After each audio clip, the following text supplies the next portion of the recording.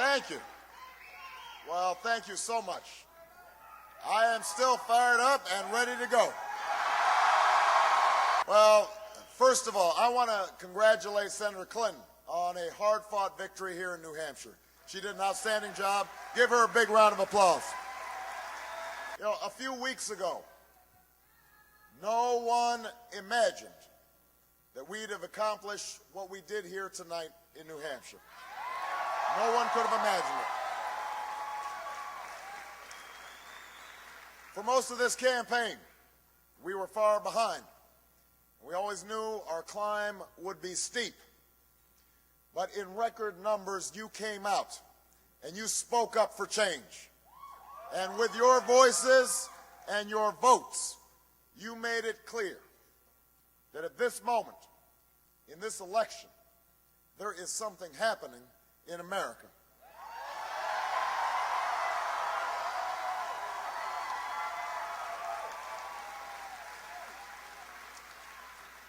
There is something happening when men and women in Des Moines and Davenport, in Lebanon and Concord, come out in the snows of January to wait in lines that stretch block after block because they believe in what this country can be. There is something happening. There's something happening when Americans who are young in age and in spirit, who've never participated in politics before, turn out in numbers we have never seen because they know in their hearts that this time must be different.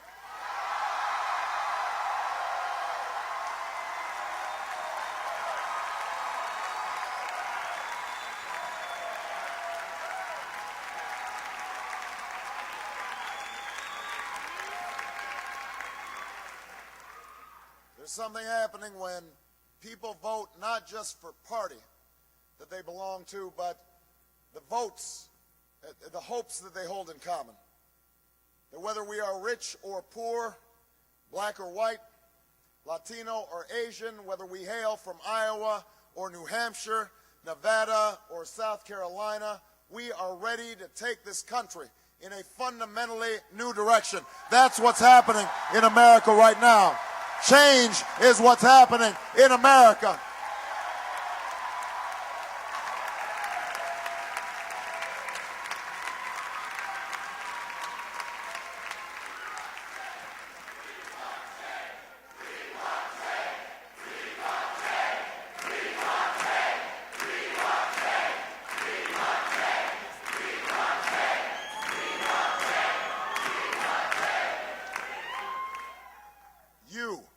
All of you who are here tonight, all who put so much heart and soul and work into this campaign, you can be the new majority who can lead this nation out of a long political darkness.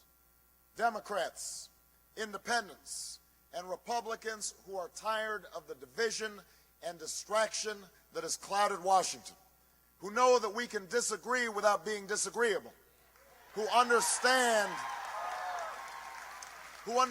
that if we mobilize our voices to challenge the money and influence that stood in our way and challenge ourselves to reach for something better, there is no problem we cannot solve. There is no destiny that we cannot fulfill. Our new American majority can end the outrage of unaffordable, unavailable health care in our time. We can bring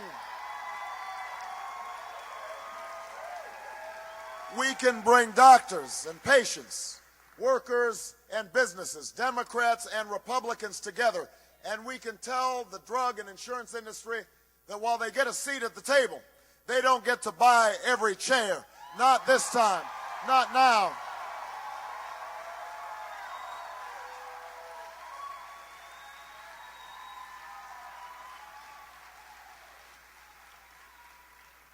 Our new majority can end the tax breaks for corporations that ship our jobs overseas and put a middle-class tax cut in the pockets of working Americans who deserve it.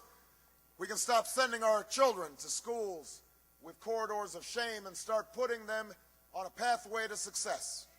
We can stop talking about how great teachers are and start rewarding them for their greatness by giving them more pay and more support. We can do this with our new majority.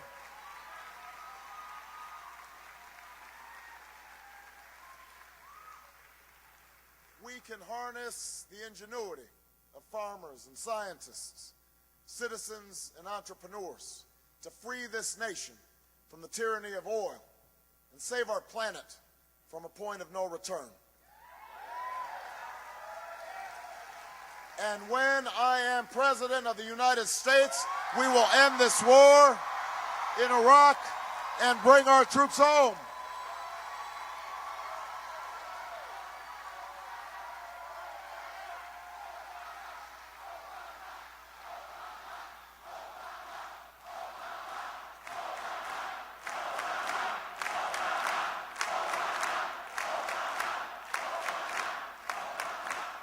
We will end this war in Iraq. We will bring our troops home.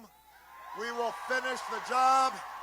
We will finish the job against Al-Qaeda in Afghanistan. We will care for our veterans. We will restore our moral standing in the world. And we will never use 9/11 as a way to scare up votes, because it is not a tactic to win an election. It is a challenge that should unite America and the world against the common threats of the 21st century. Terrorism and nuclear weapons, climate change and poverty, genocide and disease. All of the candidates in this race share these goals. All of the candidates in this race have good ideas. And all are patriots who serve this country honorably.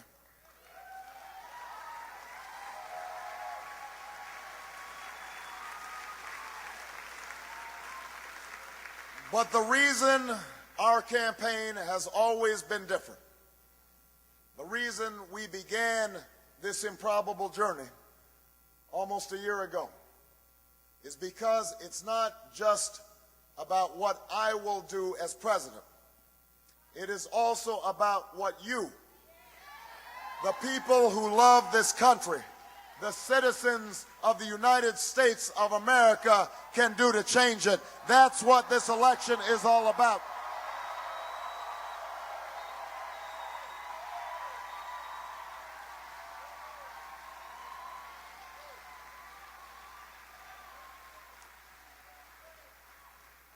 That's why tonight belongs to you. It belongs to the organizers and the volunteers and the staff who believed in this journey and rallied so many others to join the cause. We know the battle ahead will be long, but always remember that no matter what obstacles stand in our way, nothing can stand in the way of the power of millions of voices calling for change. We have been told we cannot do this by a chorus of cynics, and they will only grow louder and more dissonant in the weeks and months to come. We've been asked to pause for a reality check. We've been warned against offering the people of this nation false hope. But in the unlikely story that is America, there has never been anything false about hope.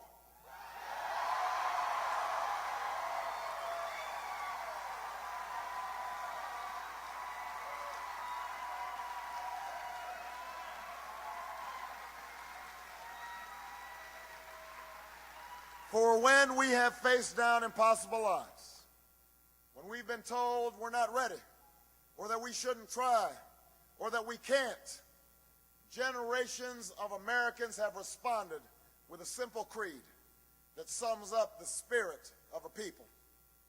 Yes, we can. Yes, we can. Yes, we can. Yes, we can.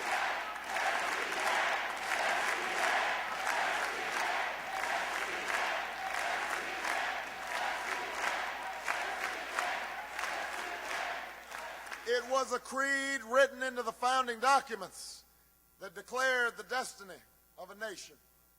Yes, we can.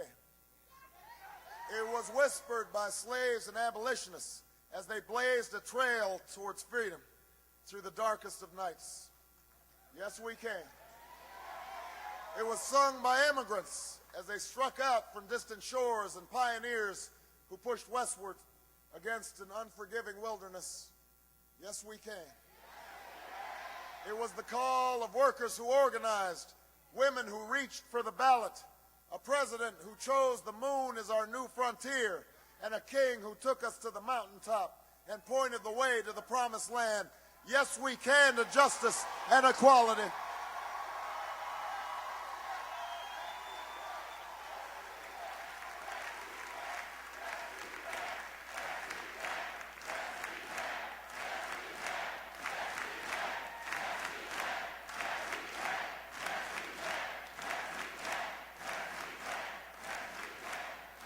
Yes, we can to opportunity and prosperity. Yes, we can heal this nation. Yes, we can repair this world. Yes, we can.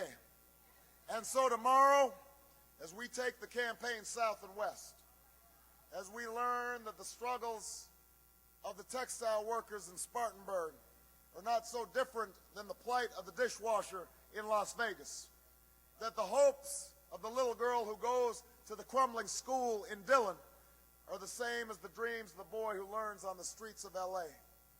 We will remember that there is something happening in America, that we are not as divided as our politics suggest, that we are one people, we are one nation, and together we will begin the next great chapter in the American story with 3 words that will ring from coast to coast, from sea to shining sea. Yes, we can. Thank you, New Hampshire. Thank you.